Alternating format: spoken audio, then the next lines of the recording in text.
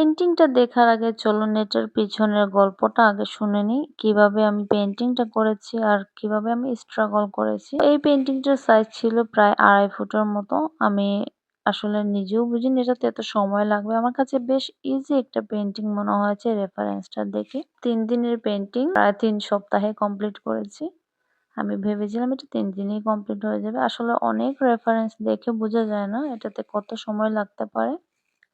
আপনারা যারা client picture দেখেই বলেন যে অমুক তারিখে দিয়ে দিবেন, আসলে আমরা নিজেরাও অনেক সময় বুঝি না যে পেইন্টিংটা কতদিন সময় লাগবে। যেমন এই পেইন্টিংটা দেখে আমি ভেবেছিলাম এটা 3-4 দিনের মধ্যে হয়ে যাবে, কারণ আগেও আমি পদ্মর পেইন্টিং করেছিলাম, এর থেকে বড় একটা সাইজ ছিল। এই সাইজটাও বেশ বড় একটা সাইজ, কিন্তু এটাতে আমি এক্সপেক্ট করেছিলাম আরো দ্রুত শেষ করব।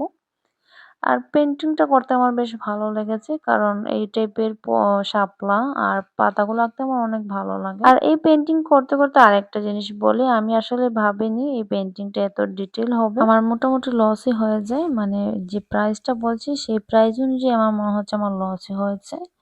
যেহেতু ক্লায়েন্টকে বলে ফেলছি, তো প্রাইসটা আসলে বাড়ানো পসিবল হয় না। তো ডিজাইনটা দেখে বেশ সহজ মনে হলো, আসলে অতটা সহজ না। প্রায় 15 দিনের মতো সময় লেগে গেছে। আজ এই পর্যন্তই, সবাই ভালো থাকবেন। আল্লাহ হাফিজ।